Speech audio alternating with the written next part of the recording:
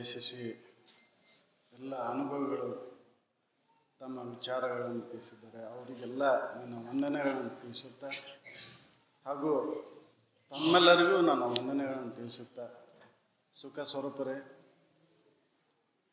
ಇಲ್ಲಿವರೆಗೂ ಪುಣ್ಯ ಸ್ಮರಣೆ ಯಾವ ರೀತಿ ಮಾಡ್ಬೇಕನ್ನೋದ್ರ ಬಗ್ಗೆ ಸಾಕಷ್ಟು ಅನುಭವದ ವಿಚಾರಗಳನ್ನ ತಿಳಿಸ್ಯಾರ. ಯಾಕಂದ್ರೆ ಅದು ನನ್ನ ಬಿಟ್ಟು ಹೊರಗೆ ಇಲ್ಲೇ ಇಲ್ಲ. ಪುಣ್ಯ ಅನ್ನೋದು ನನ್ನ ಬಿಟ್ಟು ಹೊರಗೆ ಇಲ್ಲೇ ಇಲ್ಲ. ನಾನ ಅದೇನಿ, ಅದನ್ನ ನನ್ನೊಳಗೆ ನಾ ತಿಳ್ಕೊಬೇಕಾಗೈತಿ. ನಾನು ಏನು ತಿಳ್ಕೊಂಡಿನಿ, ಹೊರಗೆ ಏನೋ ಕೊಡೋದು ಮಾಡೋದು ಇದನ್ನ ಮಾಡೋದ್ರಿಂದ ಪುಣ್ಯ ಲಭಿಸ್ತೈತಿ ಅಂತ ತಿಳ್ಕೊಂಡೇನೆ. ನನ್ನನ್ನು ಮರೆತು ಅದನ್ನು ಮಾಡಾಕತ್ತೇನೆ. ಇನ್ನೊಂದಕ್ಕೆ ಎದಕ್ಕರ ಸಹಾಯ ಆಗಲಿ ಅಂತ ಪುಣ್ಯ ಮಾಡಾಕತ್ತೇನೆ ಹೊರತಾಗಿ ನನ್ನ ತಿಳ್ಕೊಂಡು ಸಲುವಾಗಿ ಆ ಪುಣ್ಯವನ್ನು ಇನ್ನೊಂದು ಜೀವಿ ಸಂತೋಷಗೊಳಿಸುವಂಥ ಕಾರ್ಯವನ್ನು ಮಾಡಾಕತ್ತಿಲ್ಲ. ನನಗೆ ಆ ವಸ್ತುವನ್ನು ಕೊಡೋದ್ರಿಂದ ನನಗೆ ಏನೋ ಪುಣ್ಯ ಲಭಿಸ್ತೈತಿ, ಅದರಿಂದ ನನಗೆ ಇನ್ನೊಂದು ಲಾಭ ಆಕೈತಿ. ಉದ್ದೇಶ ಲಾಭವನ್ನು ಇಟ್ಕೊಂಡು ಎಲ್ಲ ಮಾಡಾಕತ್ತೇವೆ. ಲೌಕಿಕವಾದಂಥ ಈ ಲೌಕಿಕ ಜೀವನದೊಳಗೆ ನನ್ನ ಬದುಕು ಸುಗಮವಾಗಿ ಸಾಗಲಿ ಅನ್ನೋ ಇದನ್ನ ಇಟ್ಕೊಂಡು ನಾವು ಪುಣ್ಯವನ್ನು ಮಾಡಾಕತ್ತೇವೆ. ಅದು ಬೇಕಾಗಿಲ್ಲ, ಅದು ಪುಣ್ಯ ಅಲ್ಲ. ಅದನ್ನ ಎಷ್ಟು ಮಾಡಿದ್ರು ವ್ಯರ್ಥದ. ನಿನ್ನನ್ನು ನೀ ತಿಳ್ಕೊ, ಅದು ಶ್ರೇಷ್ಠವಾದಂಥ ಪುಣ್ಯ. ಅದು ನೆನಪು, ಅದನ್ನ ನಿನ್ನ ನೆನಪಿನೊಳಗಿರು ಸದಾ. ಅದನ್ನ ಮಾಡ್ಬೇಕಾಗೈತಿ. ನನ್ನ ನೆನಪಿನೊಳಗೆ ಇರ್ಬೇಕಂದ್ರೆ ವಿವೇಕ ಬೇಕಾಗೈತಿ. ಅಲ್ಲಿ ಅದು ಹಂಗ ಬರುದಿಲ್ಲ. ಅಣ್ಣಾರು ಹೇಳಿದ್ರಲ್ಲ, ವಾಸನೆ ಮುಖಾಂತರ ನಾವು ಜನ್ಮ ಜನ್ಮಾಂತರ ತಿರ್ಗಾಕತ್ತೇವ. ಆ ವಾಸನ ಕ್ಷಯ ಆಗದ ಹೊರತು ಅದನ್ನ ಹೊಂದಾಕಾಗುದಿಲ್ಲ. ಅದನ್ನ ಆ ವಾಸನ ಕ್ಷಯ ಮಾಡ್ಕೊಂಡಾಕ ವಿಚಾರ ಬೇಕಾಗ್ಯಾವ. ವಿಚಾರ ಇಲ್ಲ ಹೊಂದಾಕ ಆಗುದೇ ಇಲ್ಲ.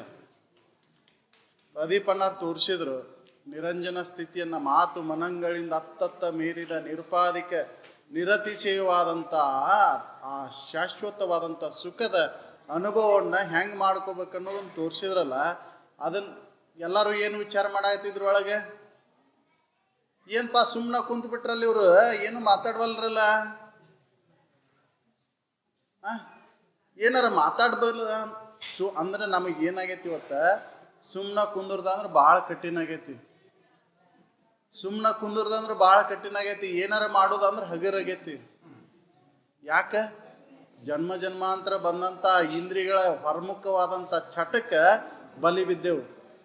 ಆ ಇಂದ್ರಿಯ ಚಟ ಕಡಿಮೆ ಆಗಿ ಒಳಮುಖ ವೃತ್ತಿ ಬಂದಾಗ ಮಾತ್ರ ನಿಜವಾದಂತ ಶಾಶ್ವತ ಸುಖವನ್ನು ಅನುಭವಿಸಕ್ ಸಾಧ್ಯ. ಆ ಚಟಗಳನ್ನ ದೂರೀಕರಿಸ್ಬೇಕಲ್ಲ, ಅದಕ್ಕೆ ವಿವೇಕ ಬೇಕಾಗೈತಿ. ಅದು ಒಮ್ಮಗಲೇ ಬರ್ತೈತಿನ. ಅದಕ್ಕಿದು ಶ್ರವಣ ಅನ್ನೋದು ಸತತ ಬೇಕಾಗೈತಿ. ಇದು ಒಂದೇ ಅಲ್ಲ, ಯಾವುದರ ನಿಮಿತ್ತವಾಗಿ ದಿನ ನೀವು ಶ್ರವಣ ಮಾಡ್ಬೇಕಾಗೈತಿ. ನನ್ನ ಕುರಿತಾದಂತ ಶ್ರವಣ ಯಾವುದರ ಕುರಿತಾದಂತಲ್ಲ.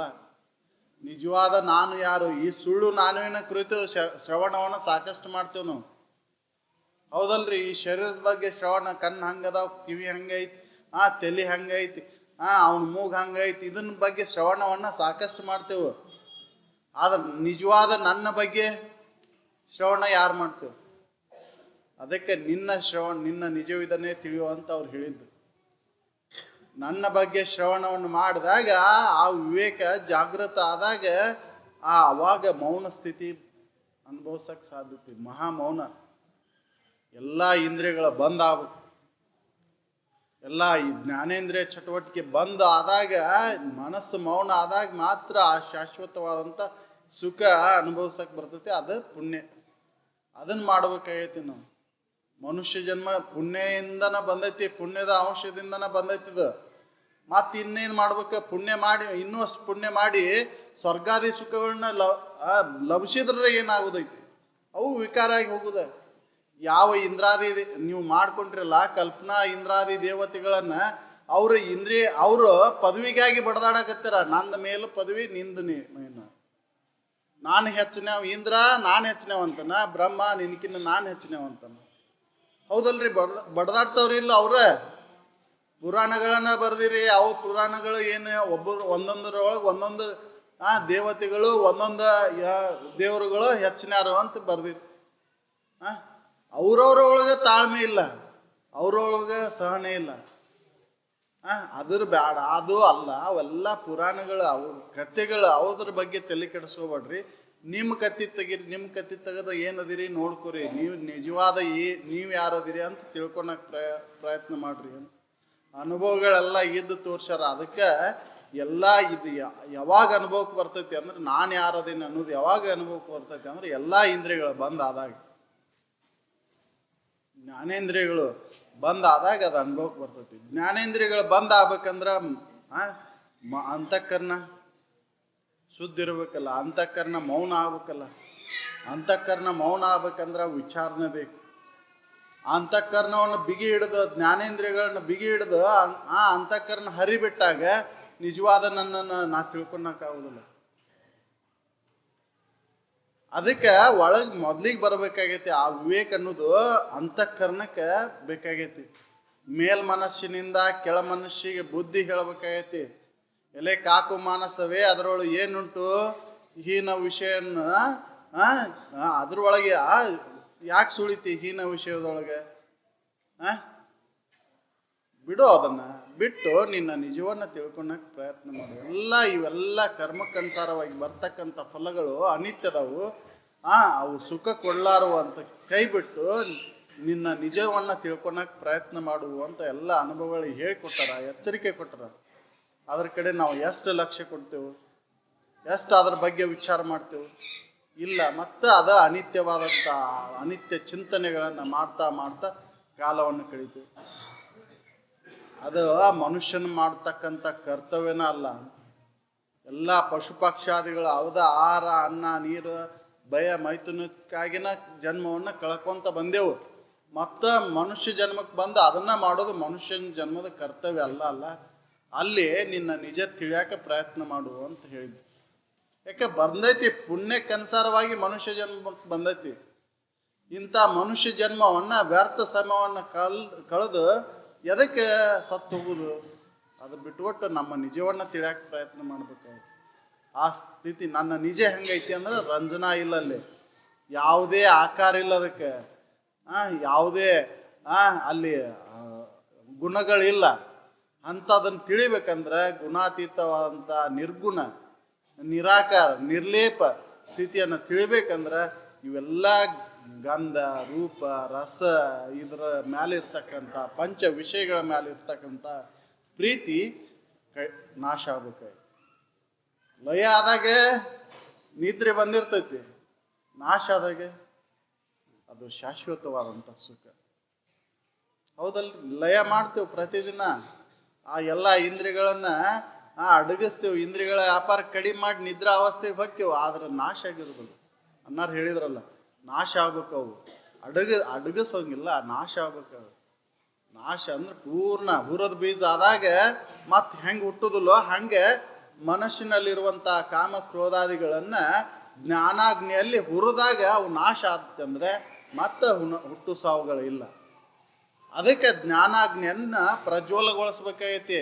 ಎದ್ರ ಮುಖಾಂತರ? ವಿವೇಕ ಎಂಬ ಸಾಧನ ಮುಖಾಂತರ ಅದನ್ನ ಪ್ರಜ್ವಲಗೊಳಿಸ್ಬೇಕಾಗೈತಿ. ವಿವೇಕ ಇಲ್ಲದ ಹೊರ್ತು ಅದು ಮಾಡಕ್ ಆಗುದಿಲ್ಲ. ಸಾಮಾನ್ಯವಾಗಿ ಹೇಳಿದ್ರಲ್ಲಿ ತೇಗೂರ್ ಸರ್, ಹಿತ ತಿಳುವಳಿಕೆ ಐತಿ ಅಂದ್ರೂ ಕೂಡ ನಾವು ಅಹಿತದ ಕಡೆನ ಲಕ್ಷ್ಯ ಐತಿ ನಮ್ದು. ಹೌದಲ್ರಿ? ಮನುಷ್ಯನ ಹಿತದ ಕಡೆ ವಿವೇಕ ಐತಿ ಕರೆ, ಆದ್ರೆ ಹಿತದ ಕಡೆ ಯಾರ್ದು ಲಕ್ಷ್ಯ ಇಲ್ಲ. ಅಹಿತದ ಕಡೆನ ಲಕ್ಷ್ಯ ಐತಿ. ಅಹಿತವನ್ನ ಹಿತ ಅಂತ ತಿಳ್ಕೊಂಡು ಅದರ ಒಳಗಿನ ಭೋಗದ ಒಡನಾಟ ಚಾಲು ಮಾಡ್ಯಾನ.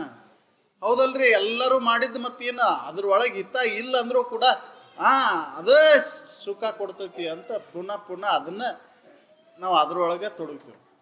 ಅದಕ್ಕೆ ಅದು ದುಃಖವನ್ನ ಕೊಡ್ತೈತಿ.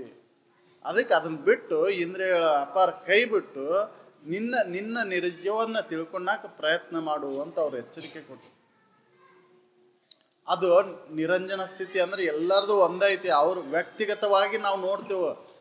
ಈ ನಾಮ ರೂಪ ಕ್ರಿಯೆಗಳಿಂದ ಬೇರೆ ಅಂತ ಗುರುತಿಸುವಂತೇವೆ. ಆದ್ರೆ ಅದು ನಾಮ ರೂಪ ಕ್ರಿಯೆಗೆ ಮೀರಿದ್ದು ಅಸ್ಥಿ ಬಾತಿ ಪ್ರಿಯ ಅರಿವು ಇರುವ ಆನಂದದಿಂದ ಕೂಡಿದಂಥದ್ದು. ಅದು ಸದಾ ಯಾವಾಗ್ಲೂ ಇರುವಂಥದ್ದು, ಎಂದೂ ನಾಶವಾಗದೆ ವಿಕಾರವಾಗದೆ ಇರ್ತಕ್ಕಂಥ ಅದು ಅರಿವು. ಅದು ಮೊದ್ಲಿಗೂ ಐತಿ, ಕೊನೆಗೂ ಐತಿ, ಮಧ್ಯಂತರದೂ ಅಲ್ಲ ಐತಿ. ಅದು ಯಾವಾಗಲೂ ವಿಕರಿಸಲ್ಪಟ್ಟಿಲ್ಲ, ಇದ್ದಕ್ಕಿದ್ದಂಗೆ ಐತಿ. ಅದರ ಅನುಭವ ಮಾಡ್ಕೋಬೇಕಂದ್ರ ವಿವೇಕ ಬೇಕು. ಅದಕ್ಕೆ ನಾನು ಮೌನದಿಂದ ಜ್ಞಾನಕ್ಕೆ ಕುಂದರ್ಸ್ಬೇಕು, ಧ್ಯಾನ ಮಾಡ್ಬೇಕು ಅಂತಾರೆ.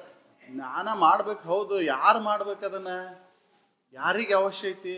ಅವರು ತಮ್ಮೊಳಗೆ ತಾವು ತಿಳ್ಕೊಂಡಾಗ ಮಾಡಕ್ ಸಾಧ್ಯ ಐತಿ, ಹೌದಲ್ರಿ? ನಮ್ಮೊಳಗೆ ನಾವು ಏನದೇನು ಅನ್ನೋದು ತಿಳ್ಕೊಳ್ಳಿಲ್ಲ, ಹಂಗೆ ನಾವು ಕುಂತೀವಂದ್ರೆ ಅದೊಂದು ರಂಜನೆ, ಒಂದು ಡಾಂಬಿಕವಾದಂತ ಆಚರಣೆ ಆಗುತ್ತಷ್ಟೆ. ಮನಸ್ಸೆಲ್ಲೂ ಹರಿದಾಡ್ತಿರ್ತೈತಿ, ಮನಸ್ಸೆಲ್ಲೂ ಇರ್ತೈತಿ. ಮನಸ್ಸಿಗೆ ಲಗಾಮಿಲ್ಲ, ಇಂದ್ರಿಯಗಳ ಲಮ ಹಾಕಿ ಕುಂದರ್ಸೋದು ಧ್ಯಾನ ಅಲ್ಲ. ಮನಸ್ಸು ಮೌನ ಆಗ್ಬೇಕಾಗೈತಿ. ಮನಸ್ಸು ಹಿಂಗ ಕುಂತಾಗ ಲಯಕ್ಕೆ ಅದನ್ನ ಇದನ್ ಮಾಡಕ್ ಬರ್ತೈತಿ ಅಂತ ಇಲ್ಲ. ಯಾವ ಆಸನಗಳು ಅದಕ್ಕೆ ಸಂಬಂಧ ಇಲ್ಲ.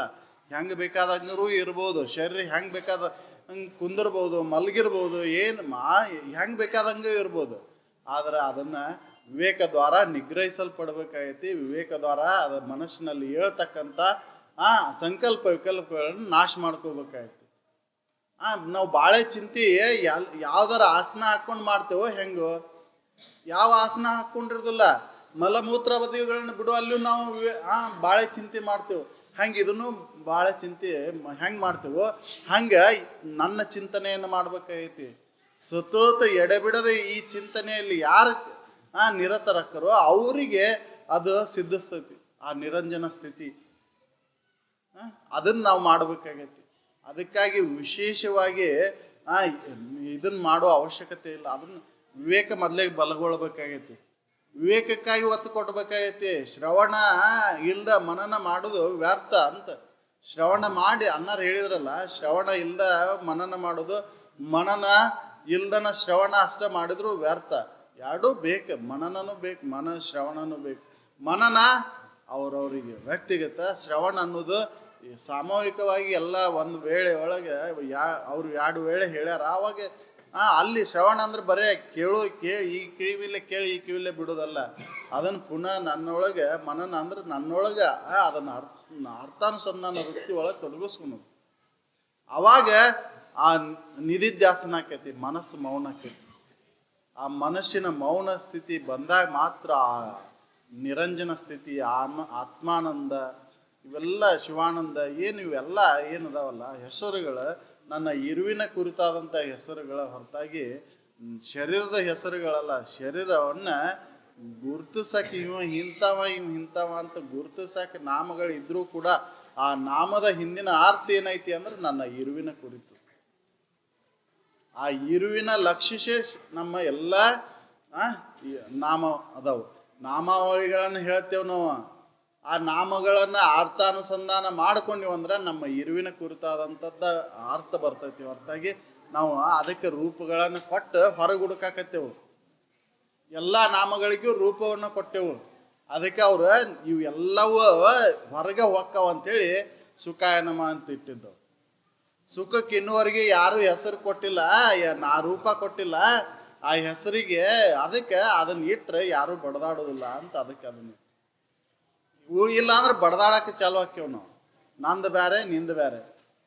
ಅದಕ್ಕೆ ಎಲ್ಲರಿಗೂ ಬೇಕಾದದ್ದು, ಎಲ್ಲಾ ಕಾಲದಾಗೂ ಇರುವಂತದ್ದು, ಅದು ಎಲ್ಲಾ ದೇಶದವ್ರಿಗೂ ಬೇಕಾದದ್ದು ಯಾವ್ದು ಅಂದ್ರೆ ಸುಖ. ಅದಕ್ಕೆ ಸುಖ ಎನ್ಮ ಇಡ್ರಿ, ಸುಖ ಎನ್ಮ ಅನ್ರಿ ಅಂತ ಹೇಳಿದ್ದು. ಅದು ಮೂಲ ಮಂತ್ರದೊಳಗೆ ಐತಿ.